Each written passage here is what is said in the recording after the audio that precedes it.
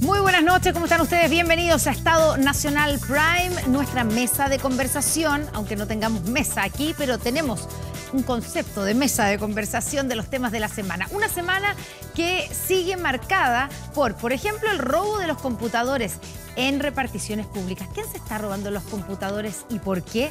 El caso Convenio suma una nueva arista. Hoy día supimos que gran parte, si no todos los convenios con fundaciones fueron suscritos sin boletas de garantía. Se trata de un error, como dijo el ministro de Justicia.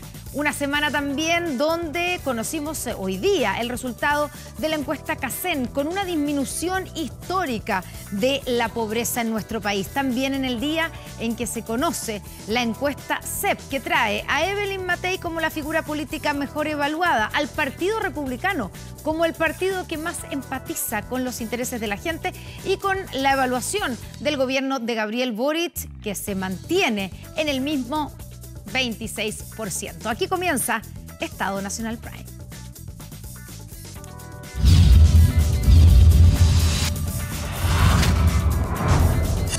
Estado Nacional. Bueno, les quiero recordar que puedes revivir este capítulo y todas las temporadas de Estado Nacional en Spotify.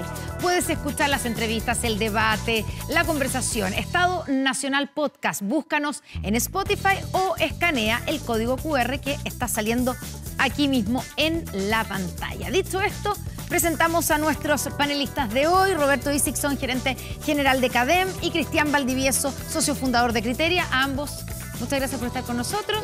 Bienvenidos. Buenas ¿Qué tal? Noches, ¿qué tal? Muchas gracias por la invitación. ¿Suena raro hablar de la encuesta CEP a dos encuestólogos? No, para nada. No, ¿cierto? No, para nada. Ok. Ah, ya, yo creí que iban a preguntar qué es la CEP. No.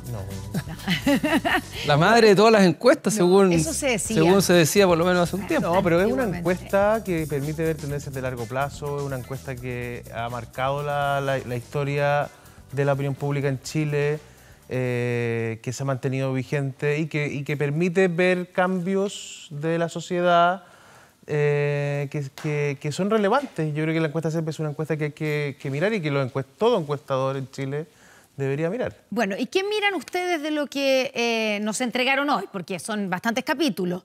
¿Cuál sería para ustedes el dato, la información a destacar, Cristian?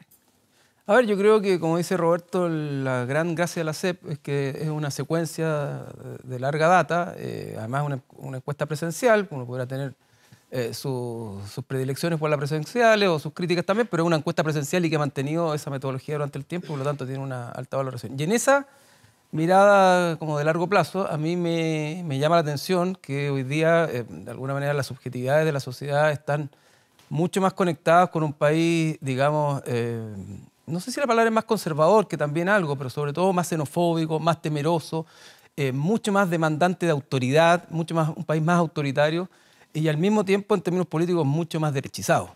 El Partido Republicano, como decías tú, recupera un podio que no se veía en la CEP desde el año 2009, y es que un partido marcara más del 10%. Republicanos marca más del 10%, y por eso, de alguna manera, sube el nivel general de identificación con los partidos políticos. Y eso es llamativo. ¿Para ti, Roberto? O sea, yo creo que lo que... ¿Coincides con Cristian? Sí, o sea, yo creo que la lectura va a ser similar, digamos. Yo creo que lo que es interesante de la encuesta CEP es que uno confirma lo que ha dicho, al menos la encuesta CADEM, durante harto rato. Nosotros tenemos una encuesta semanal, ¿cierto? Que además mide la coyuntura, pero que vamos recogiendo estos temas y que el CEP permite, de alguna manera, en plazos más largos y con comparaciones, por ejemplo, de preguntas que se hicieron en el 2019 y repetidas ahora, permite ver bien los cambios. Hay una evidente revalorización de las instituciones de orden, una recuperación de confianza significativa en la PDI, en Carabineros y en las Fuerzas Armadas. Como decía Cristian, ¿cierto? Un cambio de eje, nosotros hemos dicho, ¿cierto?, un poquito desde el octubrismo al septentrismo. Sí. Septentrismo entendido como el 4S, que es el plebiscito de salida, y esta recuperación de la necesidad de una unidad nacional, del patriotismo, incluso otros derivados, el nacionalismo, ¿cierto?, en esta idea en este crecimiento de 34 puntos por la preferencia de un gobierno fuerte, un aumento muy significativo de la necesidad de autoridad, ¿cierto?, frente a los hijos.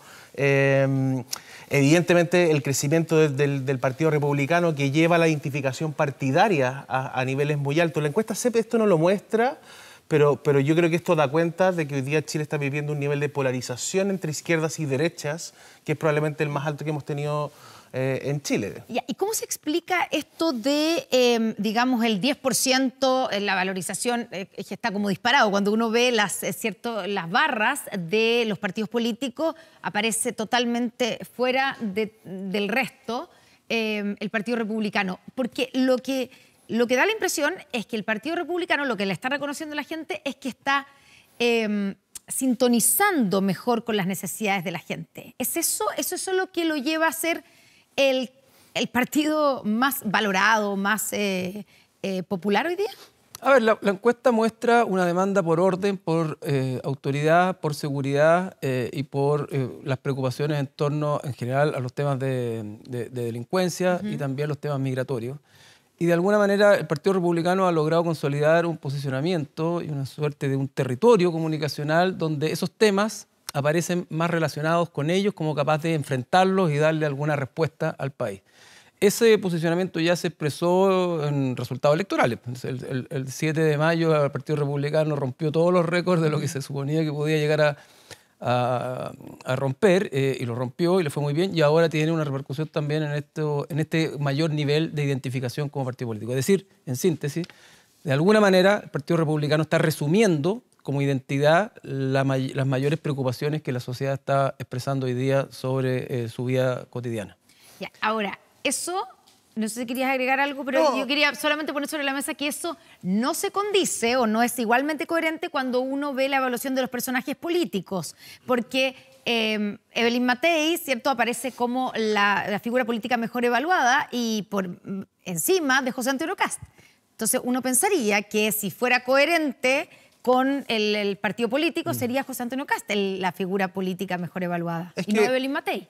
O sea, dos comentarios. Uno sobre la pregunta anterior, que tiene, o sea, la encuesta del CEP todavía tiene una influencia demasiado directa en relación al 7 de mayo, a las elecciones de los consejeros.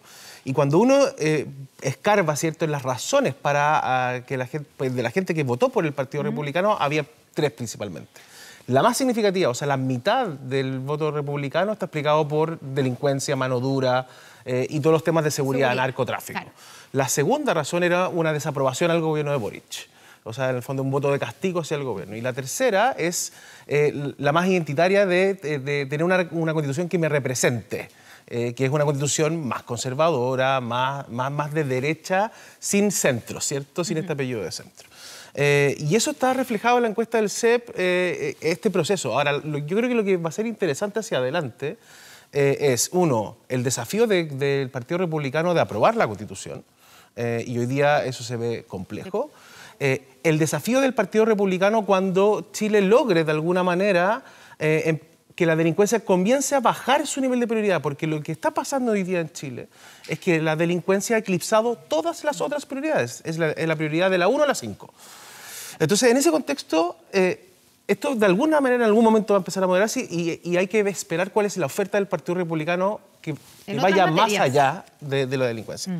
En relación a esta dimensión, ¿cierto?, que en la encuesta CADEM también Evelyn Matei es la figura con mejor aprobación, pero José Antonio Kast es el candidato, es el personaje que atrae más votos. Y la respuesta es, y siempre lo decimos los encuestadores, la imagen es una respuesta múltiple. Yo puedo tener una imagen positiva de Evelyn Matei, puedo tener una imagen positiva de Carter, de Codina, de Orrego, de Michelle Bachelet, incluso de Gabriel Boric. Pero la intención de voto es distinto. Es una respuesta única, solo puedo votar por una persona. Y por lo tanto, lo que ha ocurrido, sobre todo en los últimos procesos electorales, es que los candidatos que generan más atracción son aquellos que generan una relación más polar con la opinión pública. Tienes imagen positiva, pero también tienes mucha negativa. Y esos son los candidatos que hoy día, no solo en Chile, sino que en el mundo entero, son los que están generando atracción electoral. Que el caso de José Antonio Kast, tiene un rechazo importante. Tiene un rechazo alto. En la encuesta CADEM, José Antonio Kast, por primera vez, al menos desde que yo lo he medido, desde CADEM y que he visto otras encuestas hacia atrás, digamos, estamos en un momento en que José Antonio Kast por primera vez tiene más imagen positiva que negativa en su historia, pero es 51-49 en nuestra encuesta. No sé exactamente cuánto fue. La encuesta del CEP siempre tiene más negativo que positivo, porque tiene más no respuesta. Pero en nuestra encuesta es la primera vez, estamos hablando desde los últimos 3 meses, que la imagen es más positiva que negativa, pero en 51-49. Y ese 49 moviliza mucho más al 51. Que en cambio Eli Matei tiene el problema de que no genera eso, ¿cierto? No genera esa atracción todavía. Ahora, yo creo que estamos en un tiempo muy, muy adelantado todavía respecto a las elecciones presidenciales. Lo que estamos viendo es imagen positiva. Yo creo que pensar en términos electorales todavía es un poquitito anticipado. Se pueden, en política hoy día, un año, son 10 años de antes y las cosas van cambiando muchísimo. Ahora yo creo que efectivamente el Partido Republicano además tiene un desafío importante ahora, particularmente en el proceso constituyente. ¿Y ahí qué peligro tiene? Porque entre otras cosas, además de lo que decía Roberto, muchas de las razones de fondo por la que la gente votó republicano era precisamente porque republicanos no querían una nueva constitución. Es decir, el mensaje que había detrás de esto era: queremos que la preocupación de la política esté centrada en otras cosas y no en el tema constitucional, producto del cansancio constitucional y otras cosas.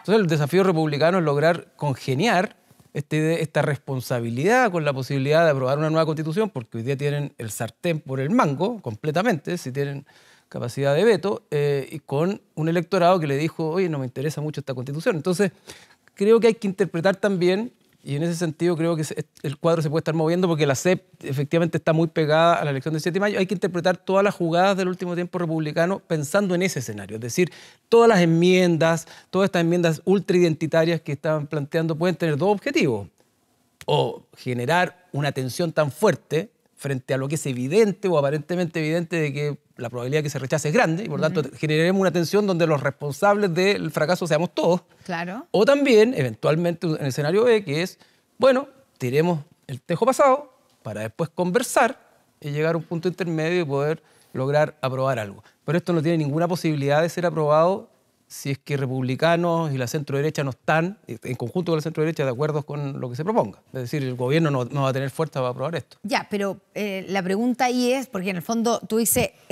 republicanos tienen el sartén por el mango, pero para republicanos podría ser una buena estrategia que finalmente se rechace el proyecto constitucional. Puede ser una buena... Pensando en lo que tú decías de cuál es la razón más que una estrategia, de los que votaron por ello. Más que una estrategia, creo yo que lo que republicanos no puede hacer es que el fracaso del proceso sea solo atribuible a una responsabilidad de ellos. Entonces, lo que en este escenario, si es que el proceso va a fracasar inevitablemente, por lo que la misma CEP muestra, entre otras cosas por la gran desconfianza institucional y por el cansancio institucional y por el cansancio constitucional, bueno, republicanos tiene que cuidarse de no ser el único responsable de eso, porque eso evidentemente lo podría en una posición compleja respecto de la gobernabilidad, de la capacidad de liderar y de hacerse cargo de cuando son mayoría. Tiene ahí un desafío republicano y te sumo, Roberto, que lo que decía Cristian acerca de lo que trae la CEP sobre la sensación que hay del proceso constitucional, que es súper negativo. O sea, hay desconfianza, hay poco interés. La encuesta CADEM ha mostrado que desde que nosotros empezamos a medir semanalmente, ¿cierto?, que el rechazo solo ha crecido y que ahora se llama en contra, ¿cierto? El en contra solo ha crecido y el a favor ha ido cayendo. Y que el nivel de desconfianza hacia la figura de los expertos, hacia lograr que se apruebe con éxito, incluso la desconfianza hacia la imagen de los consejeros del Partido Republicano, ¿para qué decir la de Chile Vamos y la del Frente Amplio Partido Comunista? Han ido aumentando.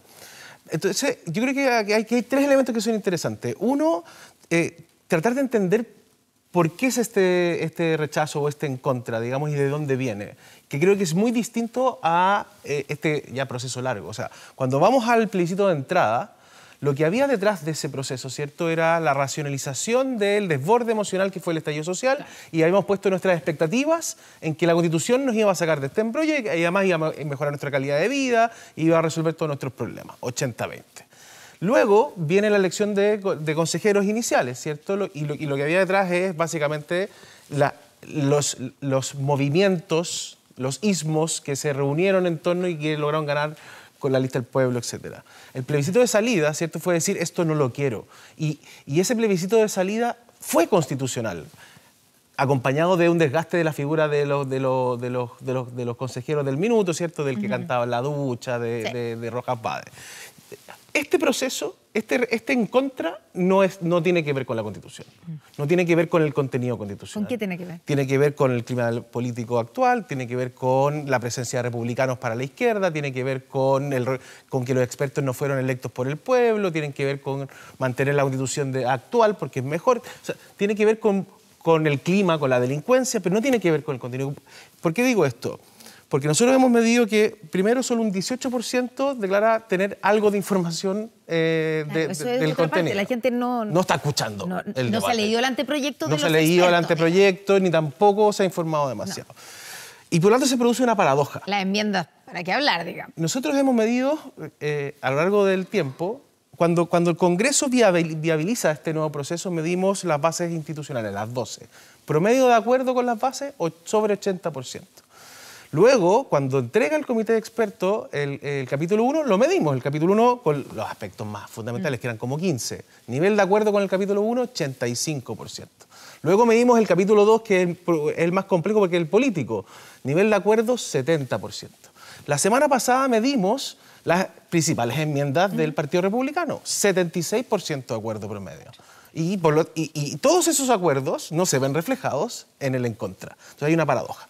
Ahora, yo lo que veo... El problema tiene que ver, perdona, con el cansancio constitucional y con la crisis de legitimidad que hay instalada. No es sobre el contenido. No es sobre el contenido. No tiene que ver con las enmiendas ni con el anteproyecto. Exacto, tiene que ver con el significado que la sociedad le atribuyó en un minuto a una nueva constitución y el significado que le está atribuyendo hoy día a una nueva constitución. A la frustración de expectativas. Son dos mundos, son dos imaginarios muy distintos y por lo tanto el dispositivo constitucional ya no representa lo que representó en ese minuto y eso hace que sea complejo y que probablemente vayamos a un camino donde lo que hoy día dicen los datos y lo que dice la CEP y lo que dice CADEM y lo que han dicho todas las encuestas es que hay una predisposición a estar en contra mucho más grande que una predisposición. Porque además tenemos que considerar que tenemos 5 millones de electores que los estamos obligando a votar y sabemos que lo único que tienen en común es que odian a la política.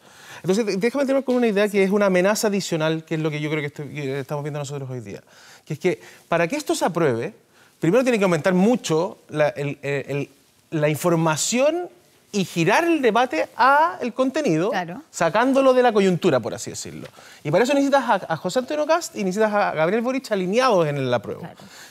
Yo lo que veo en este proceso es el perfecto dilema del prisionero. Porque hoy día están los dos alineados en votar apruebo y están los dos perdiendo. Podrían estar los dos alineados, pero terminar ganando los dos. Pero aquí el problema o la amenaza adicional a todo esto es que cualquiera de los dos de aquí a diciembre tenga el incentivo de cambiarse de posición. Es decir, que el presidente Boric diga en algún minuto esta constitución es peor que la de Pinochet y por lo tanto no la apruebo y me cambio el rechazo. Y dejo atrapado a José Antonio Kast en la apruebo.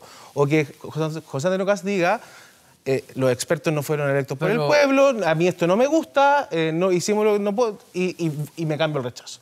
Porque los dos tienen incentivos demasiado significativos para no perder la elección de diciembre. Claro. Claro, efectivamente, pero al mismo tiempo los incentivos de republicanos y las enmiendas que pusieron son incentivos muy identitarios, claramente, que están en las antípodas de lo que una izquierda podría tragarse, como ellos mismos dijeron, respecto a una nueva constitución y por lo tanto están empujando a esa izquierda eventualmente a salirse. Ahora, la paradoja que yo veo acá... ¿Pero cuáles son esas enmiendas, por ejemplo? Las que propusieron en relación a la vida, en relación a los parlamentarios, en relación al aborto, etcétera. O sea, hubo varias. Entre otras cosas, la disminución del número de parlamentarios electos, que es algo que es al revés, de diputados electos, que va en contra del promedio que hay en el resto del mundo. Hay muchas enmiendas que están en cuestión ahí. De hecho, quieren poner además el Estado Social y Democrático de Derecho en quinta posición y no al principio como se había salido el comité de expertos. Entonces, son enmiendas que para una izquierda son difíciles de aceptar. Y al mismo tiempo, la paradoja que yo veo acá es que si republicanos logran negociar un texto con Chile Vamos, porque tendrían mayoría para aprobarlo, y aunque la izquierda se pusiera, el gobierno se pusiera, yo veo que republicanos más Chile Vamos son capaces de aprobar un texto constitucional que paradojalmente sería un texto que a lo mejor estaría a la derecha de la constitución actual que tenemos, para la izquierda, y para la izquierda sería una derrota. Y ahí el problema, desde mi punto de vista, se abre en el sentido siguiente. Es, primero, si no se aprueba, se rechaza, el tema constitucional queda abierto inevitablemente. Y si se aprueba contra el gobierno, de alguna manera, por los contenidos republicanos y de Chile Vamos, posiblemente esa izquierda, porque la política es la política, va a quedar absolutamente frustrada, amargada y con una herida pendiente de un tema constitucional que no sienten realmente cerrado porque no termina representando a un amplio arco de la sociedad. Entonces creo que el problema está sí o sí instalado ahí. Claro, y sin resolver, sin mucha solución. Ahora, decía Roberto, tú decías que digamos que para entrar en la discusión de fondo constitucional tiene que salir de la coyuntura. Y la coyuntura, y hablemos de eso, parece hoy día estar como tragándose todo. O sea, el gobierno no ha podido, digamos, poner su agenda porque el caso convenios le aparece, el robo de computadores le aparece y aparece el gobierno reaccionando constantemente a esta especie de casos que los sobrepasan o da la impresión que sobrepasan. ¿Cómo ven, por ejemplo, lo que ocurrió hoy día? Hoy día, porque es como todos los días tenemos un capítulo nuevo en el caso convenios. Hoy día se supo que en la mayor parte, si no todos los convenios con fundaciones estaban sin boleta de garantía. El ministro de Justicia fue el primero que se hizo cargo en la mañana temprano de este tema y dijo, la verdad es que sí, es un error, pero no se exige boleta de garantía, no es que sea algo ilegal. Y además, nunca en ninguno de estos casos se ha exigido boleta de garantía. Y uno se pregunta, ¿pero cómo es posible que le pasen esta cantidad de millones de plata a fundaciones sin que haya una boleta de garantía? ¿Cómo lo van a exigir ahora a Democracia Viva que devuelva la plata? Yo creo que el problema, ¿cómo se entiende? Yo creo que el problema de fondo del gobierno, más allá de... Todos los gobiernos enfrentan coyunturas complejas. Y evidentemente que Democracia Viva es una coyuntura compleja para el gobierno, de la cual el ministro Jackson ha pagado todos los platos rotos, protegiendo la figura del presidente Boric. Sí. Porque la aprobación del presidente Boric se ha mantenido estable, o sea, no se ha visto afectada por esto. RD se ha llevado mucho, o sea, entre RD y Giorgio Jackson se han comido Montes los costos también. de la crisis. Montes también tuvo un impacto significativo, Catalina Pérez, La Torre, o sea, tuvieron un impacto significativo. Pero antes tuvieron la crisis de los indultos, y antes tuvieron la crisis de cuando el asesinato del Cabo Palma conmocionó al país por más de una semana, digamos. O sea, todos los gobiernos tienen coyunturas complejas. ¿Esta parece ser la más compleja de este gobierno? No, o sea, en términos de efectos sobre la aprobación presidencial, para nada. Ya. O sea, mucho más complejo fue el rechazo del quinto retiro para el gobierno, donde pierde capital político, la crisis de Esquiasiche. Mucho más complejo fue que el gobierno se jugara todo por el apruebo y perdiera. Ahí es donde se produce el gran quiebre de la opinión pública con el gobierno del presidente Boric. Entonces, el problema del gobierno hoy día, más que la coyuntura, es que no tiene un programa alternativo para ofrecerle a Chile, porque su reforma tributaria se rechazó en la Cámara de Diputados porque se les venció el plazo que se habían autoimpuesto en la cuenta pública para presentar una alternativa. Se vence el 31 de julio. Y pues, creo que se venció el plazo que se habían autoimpuesto. No, dijeron el plazo finales legal. De julio. Ah, ok. Finales de julio, que es el lunes. Algo van a presentar. Estamos a jueves en la noche, estamos casi a viernes. Pero no se ve posibilidad de acuerdo. Digamos, pero claro, y lo que tiene que presentar es un pacto fiscal. Claro. Y además, ¿cierto? En la reforma de pensiones tienen que retroceder. Confirmó que lo va a presentar el lunes. Está bien, me corrijo. Yo he entendido que se había vencido ese plazo en la cuenta pública, pero justo. Pero no se ve la posibilidad de que haya un pacto fiscal realmente. Tampoco en pensiones tuvieron que echar marcha atrás con la suma urgencia. Entonces, en pensiones y en reforma tributaria, que son dos elementos centrales del programa de gobierno, el presidente y su equipo no han logrado dar avances concretos. Y ese es el problema de fondo, más que Democracia Viva. O sea, si el gobierno hubiera logrado un acuerdo tributario, si el gobierno hubiera logrado un acuerdo en pensiones... ¿No estaríamos hablando del caso convenios? Estaríamos hablando del caso convenios, pero con menos, probablemente, intensidad. Menos enredado al gobierno y al presidente en particular con el caso, desde mi punto de vista. ¿Cristian? No, yo creo... ¿Coincides tú en eso? Sí, en gran parte sí. Ahora yo creo que esta es una crisis... no sabemos si la más grande porque cada día puede ser peor, decía la presidenta Bachelet. Michelle Bachelet decía pero eso. una crisis que se sabia. viene a adosar a la crisis electoral que tuvieron, porque esta ya es una crisis de orden, si queremos, moral, que le quita, si el gobierno de alguna manera, digamos, no tenía un programa, si el programa era la Constitución que no resultó aprobada, si después el programa era las grandes reformas que tampoco están resultando, ya al menos la justificación de estar ahí era porque ellos venían de una posición moral superior, si se quiere. Entonces esto ya le quita ese piso. Yo lo que veo es, de alguna manera, un gobierno que hoy día tiene en la figura del presidente Boric un activo importante que cuidar. Tanto así que capaz que sea el único legado que pueda dejar la izquierda para esa izquierda en el futuro. Y tanto así... Y que has sobrevivido. Y tanto así, ahora. Exactamente, como decía Roberto, que tiene un porcentaje duro que es más fuerte después de 2 derrotas electorales, de grandes escobas en términos de gestión, de la crisis moral y de corrupción, que es un porcentaje duro más fuerte que el que tuvo Bachelet después de Cabal, y ni que decir más grande que el que tuvo Piñera después del estallido social. Es decir, un gobierno hoy día que mira la CEP y dice, esta sociedad se fue para el otro lado, no tiene nada que ver con nosotros de alguna manera, que mira una constitución que en el mejor de los escenarios va a ser una constitución prácticamente más de derecha que la que hay hoy día, por lo tanto un fracaso. Que mira una reforma de pensiones que de producirse va a ser una reforma probablemente más capitalista que la que hay hoy día. O sea, los 6 puntos o se van todos, o se va una gran mayoría a las cuentas individuales. Y una reforma tributaria que probablemente va a tener que tener medidas pro crecimiento más que de redistribución de ingresos.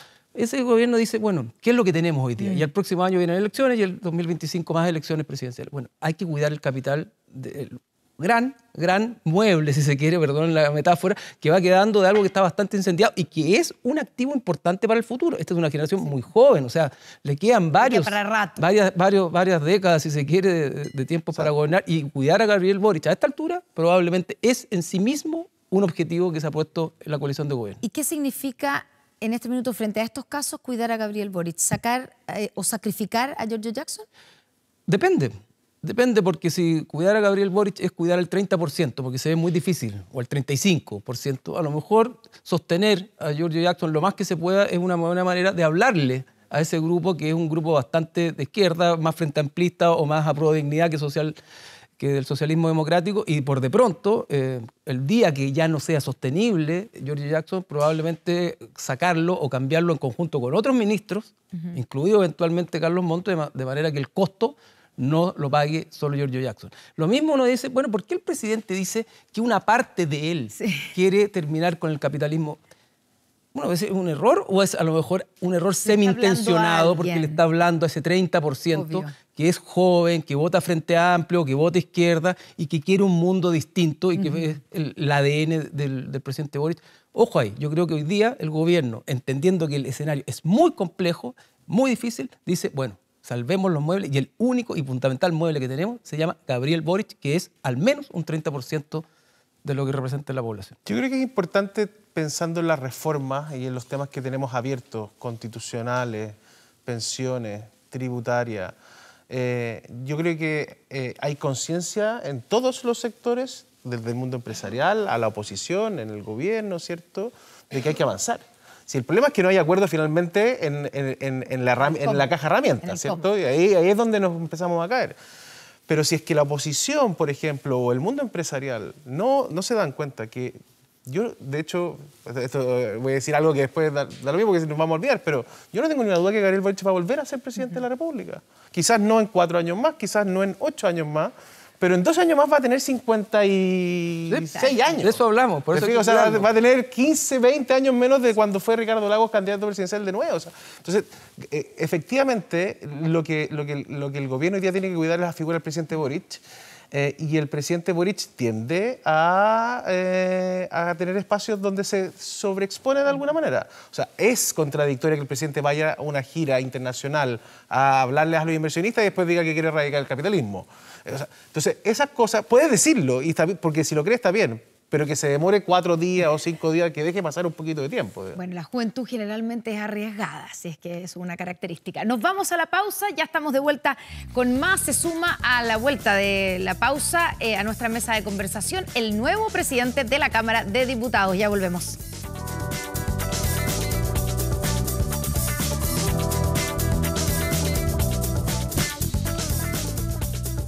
estamos de vuelta aquí en Estado Nacional Prime. Les quiero preguntar, en realidad, ¿aumenta la delincuencia? Bueno, no grave robos, evítelos con Tepillé, la empresa líder en seguridad preventiva, con monitoreo de cámaras de seguridad y audio disuasivo en tiempo real.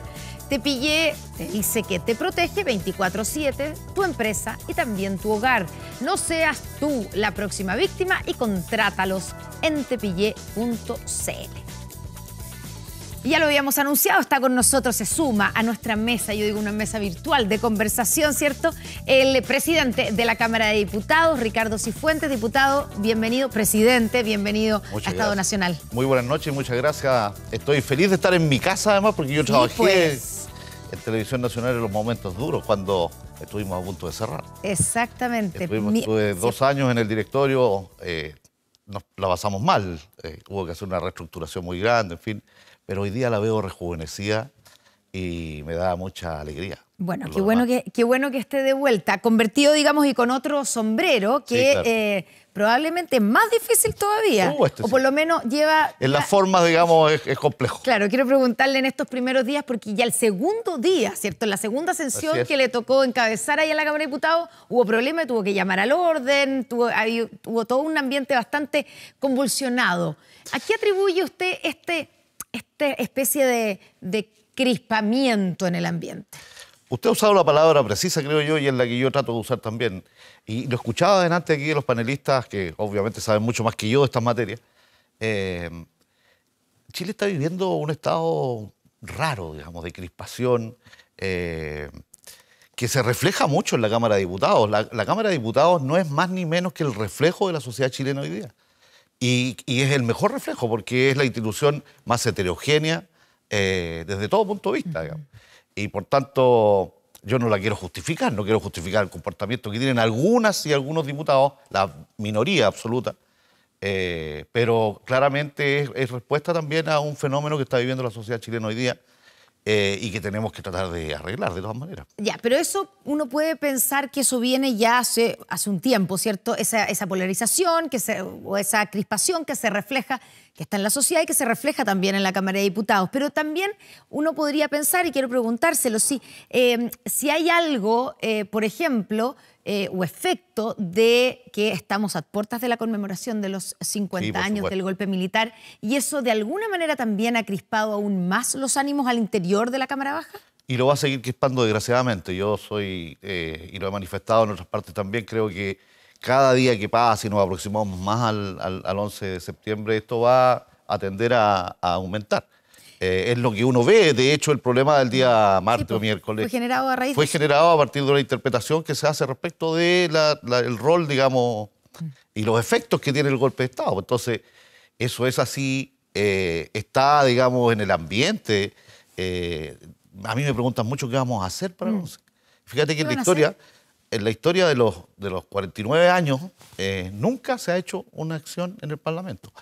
Y es una cosa bien rara porque el 11 de septiembre del año 73, entre otras cosas, se prohibió el funcionamiento del propio Congreso. O sea, desde ese punto de vista... afectado. Es una institución directamente afectada. Entonces, el hecho de que no haya habido nada también es decidor respecto de que es muy difícil interpretar el hecho histórico. Yo distingo 2 cosas respecto del golpe que me parece que son fundamentales. Una es que hay un cierto consenso respecto del valor de los derechos humanos y de, mayoritariamente, por decirlo de alguna manera, de cuestionar el instrumento golpe de Estado para la solución de los problemas de la democracia. Pero, sin embargo, hay otro elemento o hay otra forma de ver esto, que es el fenómeno histórico, el hito histórico. ¿Quiénes son los responsables? ¿Por qué se dio el golpe? ¿Quiénes estuvieron directamente involucrados y quiénes no? En fin, ¿y usted cree que hay son todos temas de interpretación pero usted histórica. ¿Cree que hay que separar? Porque eso precisamente fue toda la polémica, es que sí hay que separar lo que son las violaciones a los derechos humanos durante la dictadura y, por otro lado, el golpe militar y sus razones, causas que para algunos significa justificar el golpe. ¿Hay que separarlo? Porque el presidente Gabriel Boric lo que quiso hacer, de hecho, durante su viaje, ¿cierto?, cuando hizo este llamado a todos los partidos a firmar un acuerdo, era precisamente decir que había había que condenar las dos cosas. Había que condenar el golpe de Estado y que a partir del golpe de Estado es como la primera violación a los derechos humanos. Claro, lo que pasa es que uno... ¿Usted cree que que hay que separar? Lo que pasa es que uno no puede condenar un hito histórico, digamos. Lo puede juzgar, lo puede valorar, lo puede representar, subrepresentar, hacer lo que quiera. ¿Se puede justificar? No. Lo que no se puede justificar son estos elementos que yo señalo. Usar un mecanismo de fuerza para resolver un problema de la democracia y además violar sistemáticamente los derechos humanos. Eso no se puede justificar en absoluto. Pero yo difícilmente puedo llegar a un acuerdo con otro, digamos, que tuvo una vivencia personal respecto del golpe muy distinta a la mía. Yo tenía 10 años para el golpe y hay personas que probablemente sean familiares de militares que tienen una apreciación distinta, obviamente, de ese fenómeno. Si nosotros entramos en ese campo, difícilmente nos vamos a poner de acuerdo. Sí, yo creo que se está metiendo en un pequeño embrollo con la vicepresidenta de la Cámara, porque de alguna manera la discusión que se ha articulado en el oficialismo es esta de si es posible separar las causas que llevaron al golpe de Estado del golpe de Estado mismo. Y yo tengo la impresión de que lo que buscaba el gobierno, el presidente, era intentar no separar ambas cosas. Y ahí está la discusión también de la literatura que ha recomendado el presidente, claro, etcétera, porque de alguna manera las causas previas al golpe no tendrían ninguna justificación para dar un golpe. Es decir, la vulneración de la democracia nunca debió haberse producido, al menos eso es la interpretación oficial del gobierno que quería empujar. Y yo creo que eso es una interpretación oficial, como bien. Una interpretación oficial y es lo que el gobierno quería empujar. Y por eso yo quería preguntarle... Y por eso que se apresuró y cometió errores. Bueno, por el propio presidente, al intentar esta, digamos... Perfecto. ¿Fue un error el llamado en la forma, absolutamente. A hacer un acuerdo de todos los partidos? Pero lo hace fuera de Chile, lo hace sin conversar con los actores más fundamentales del proceso y lo tira así de sopetón, digamos, en un momento además político muy crispado. Entonces, donde los partidos están tomando posiciones muy drásticas respecto de las propias reformas que impulsa el gobierno, en fin. ¿Usted cree que es un error lo que intenta el presidente, probablemente de la mano de los grupos más de Apruebo Dignidad, de intentar buscar un cierto acuerdo en la sociedad y en el mundo político respecto de que tenemos que tener una única interpretación sobre las causas del golpe? Yo creo que eso es forzar la interpretación histórica. Y cuando uno mira estos procesos en el mundo, digamos, y toma ejemplos tan dolorosos o más que tan dolorosos como este, digamos, se da cuenta de que ni siquiera después de 100 años, digamos, en Estados Unidos se han puesto de acuerdo respecto de la guerra civil. Y hay valoraciones absolutamente distintas. Entonces, forzar una interpretación desde ese punto de vista me parece que es... lo encuentro difícil de lograr, digamos, pero sin embargo, creo que es más fácil asumir la condena irrestricta a la violación de derechos humanos y al mecanismo golpe de Estado para interrumpir la democracia. Creo que ahí podemos avanzar mucho en los próximos años. Entonces, no pidamos todo, vamos avanzando por partes. Estamos a 50 años y pareciera que no hemos avanzado nada, precisamente porque a lo mejor nos hemos equivocado, digamos, y estamos forzando una sola solución. Y le decía, Cristian, le hacía la referencia a la vicepresidenta de la Cámara, porque usted está acompañado de Carmen Gier, ¿cierto? Supuesto. Que reaccionó de una manera, con toda la polémica, digamos, de Patricio Fernández y todo eso, ese momento, sí, de manera muy enérgica y dura, criticando y acusándolo de que estaba siendo negacionista, etcétera. ¿Usted ha comentado este tema con la vicepresidenta de la Cámara? No hemos tenido oportunidad porque ella probablemente no va a estar de acuerdo con lo que usted está diciendo. Pero eso es muy probable. Y eso forma parte de las diferencias que hay en Chile y que permiten que no podamos llegar a tener... ¿Cuál sería el ideal para un país como el nuestro? Que el 11 de septiembre, o que el 12, o el 10, qué sé yo, hubiese un acto ecuménico absoluto, ¿no es cierto?, en donde todas las personas volviéramos a valorar el tema de los derechos humanos, el tema de la condena al instrumento, en fin, y tuviésemos una cierta convergencia respecto a una interpretación histórica. Eso es lo que quería el presidente. Eso es lo que quería, pero eso no es posible hoy día. Porque mira cómo están, lo que opina cada uno de los actores, digamos, hay una dispersión absoluta. ¿Debiera ser feriado, por ejemplo, que es otra de las discusiones que se ha dado en la Cámara de Diputados? Yo creo que no. ¿Volver a ser feriado? No, yo creo que no. No es necesario, ya pasamos por eso, hubo una discusión enorme cuando se retiró el feriado. No es una fecha para celebrar. Ya, pero es una entonces fecha para conmemorar, digamos. La Cámara de Diputados no va a hacer nada. Yo esta semana voy a tener una conversación con cada una de las bancadas, porque esta no es una responsabilidad solo del presidente de la mesa, pues tiene que ser una cosa consensuada. Y espero yo que podamos hacer algo, no sé qué.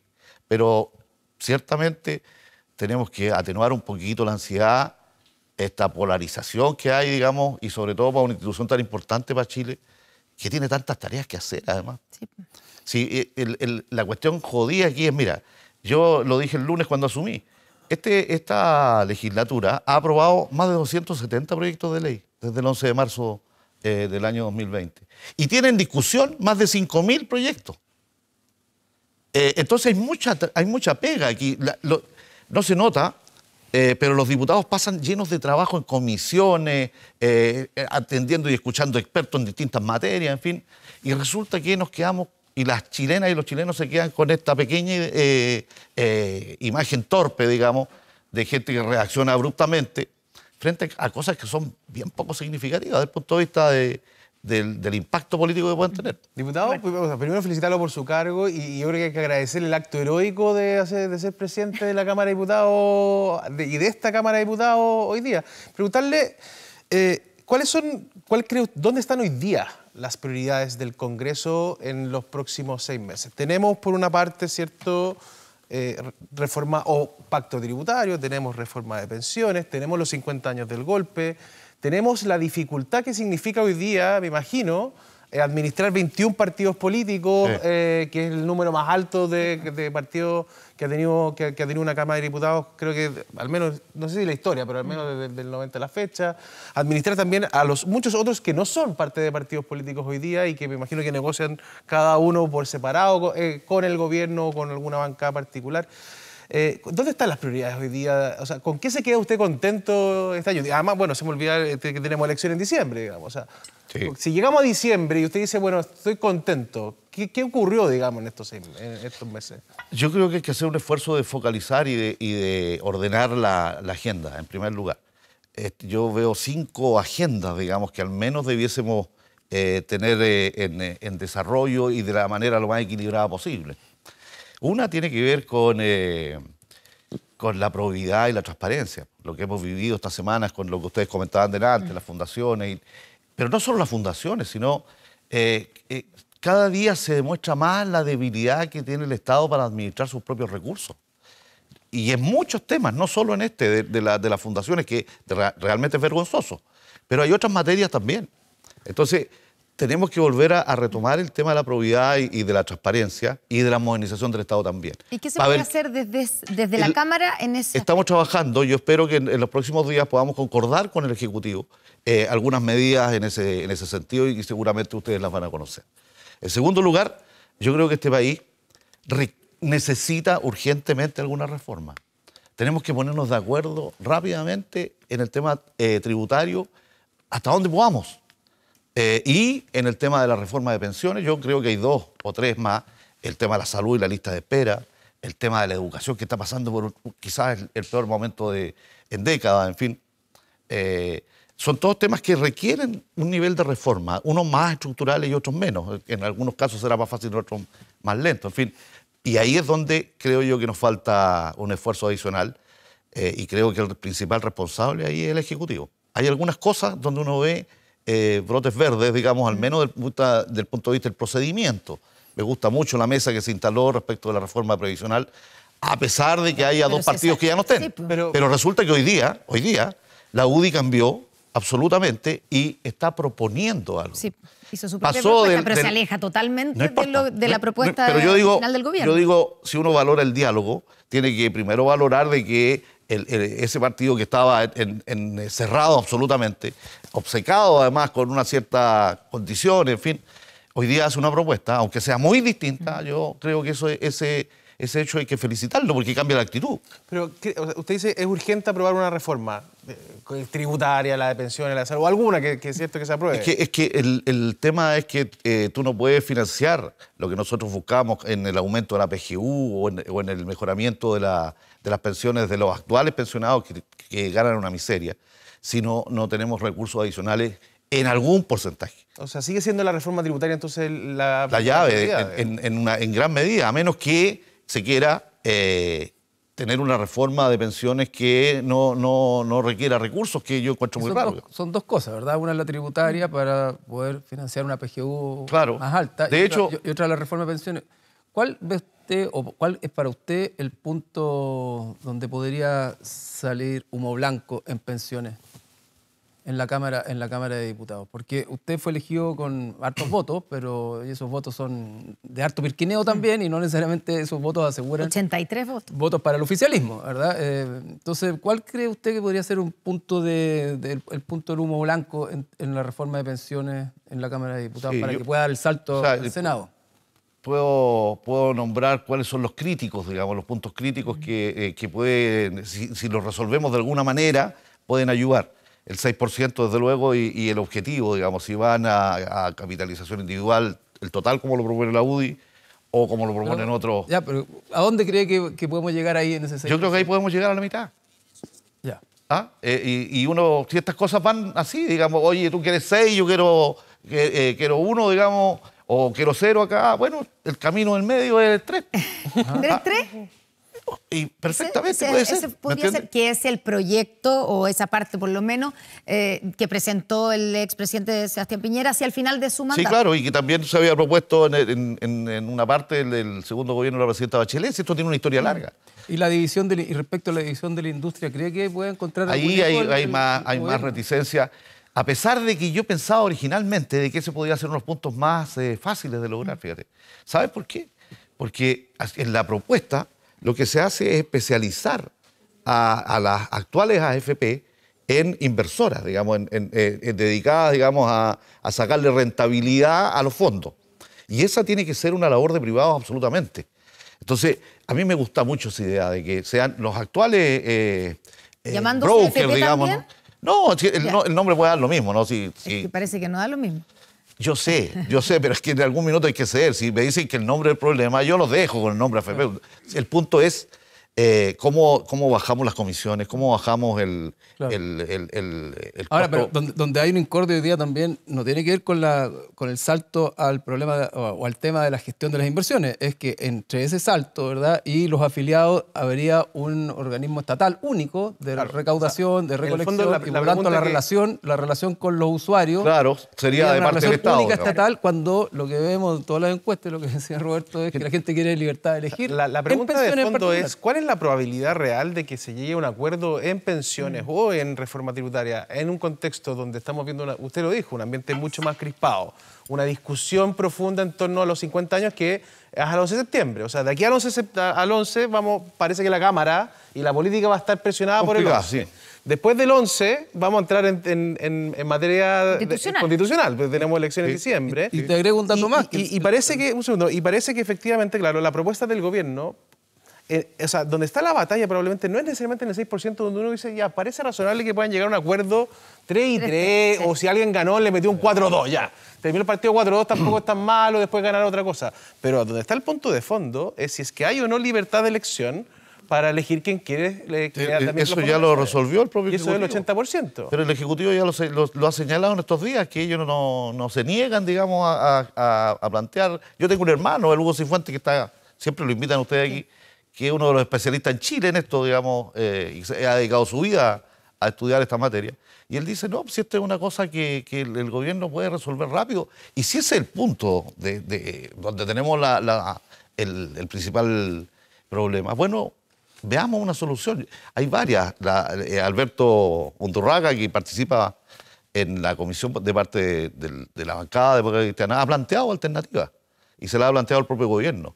Y Renovación Nacional también ha planteado alternativas a este tema que tú señalas, que es bastante más específico. Pero usted ve espacio para que el gobierno ceda tanto al punto de aceptar que este 62% que le dio votos a republicanos y a Chile Vamos quiera incluso constitucionalizar la libertad de elección, porque si constitucionaliza la libertad de elección en pensiones, el proyecto del gobierno se desarma entero. O sea, es decir, ¿qué tendría el gobierno para ganar, para mostrar en un proyecto que se acercaría bastante más al proyecto de Sebastián Piñera e incluso a la derecha de Sebastián Piñera? Eso tiene un efecto político, que ustedes no alcanzaron a tocar seguramente por tiempo delante, yo lo estaba escuchando muy atentamente.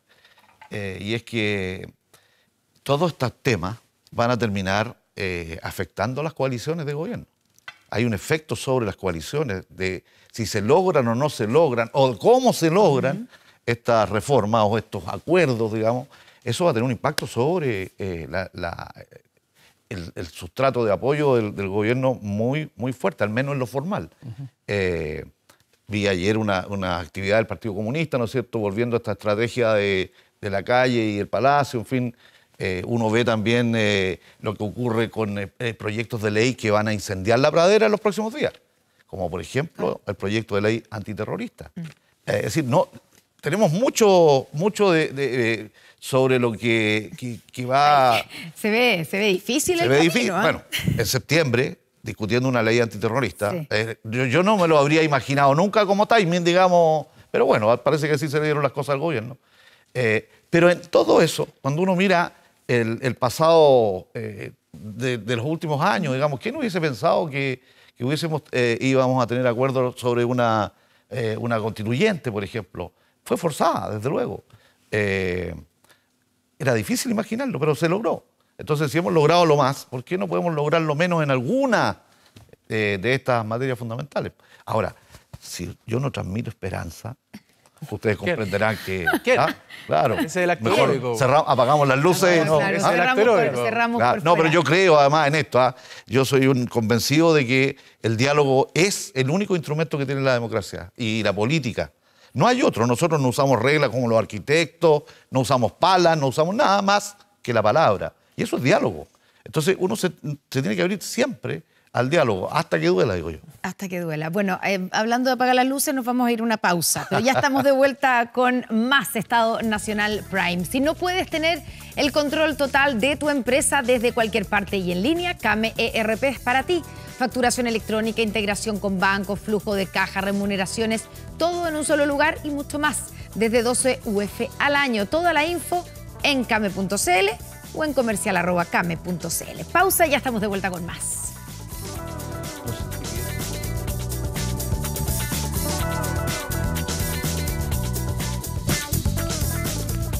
Estamos de vuelta en Estado Nacional Prime. Nos quedan unos segunditos solamente. Le quiero preguntar, usted como cabeza, ¿cierto?, de la Cámara de Diputados, de una de las 12 cámaras del Poder Legislativo, pensando en lo que viene para el 11 de septiembre, usted dijo que se va a juntar ahora a hablar, digamos, a ver qué van a hacer, qué algo tienen que hacer. Pero, ¿usted cree que el Ejército, que las Fuerzas Armadas tienen que participar en la conmemoración de los 50 años del golpe y de qué manera? Desde luego, las instituciones del Estado siempre tienen que participar, digamos, de la vida pública, de la vida social, en fin, y la sociedad tiene hitos fundamentales. Ahora, supongo yo que el gobierno va a hacer una convocatoria y los tendrá que convocar, pues si los militares y todos son ¿Pero parte de la qué piensa sociedad usted, chilena. que tienen que participar? Por supuesto. ¿Debieran ser convocados? Sí, claro, Ya. por cierto. Y de A una alguna cosa manera- lo más ecuménica posible, donde se exprese la diversidad nuevamente. Pero no, uno no puede dejar a una institución fuera, eso sería todavía peor. Ricardo Cifuentes, presidente de la Cámara de Diputados, muchas gracias por estar Muchas gracias aquí. a ustedes. Mucha suerte Gracias. en este periodo, la va a necesitar. vamos a necesitar. Mucha suerte porque la va a necesitar, Sí, claro. claramente. Bueno, muchas gracias obviamente a Muchas nuestros panelistas, Roberto Isixson, Cristian Valdivieso, gracias por estar con nosotros como siempre. Y a ustedes por acompañarnos esta noche. Nos encontramos en Estado Nacional el próximo domingo a las 11 de la mañana. Que tengan una buena noche y un buen fin de semana. Gracias.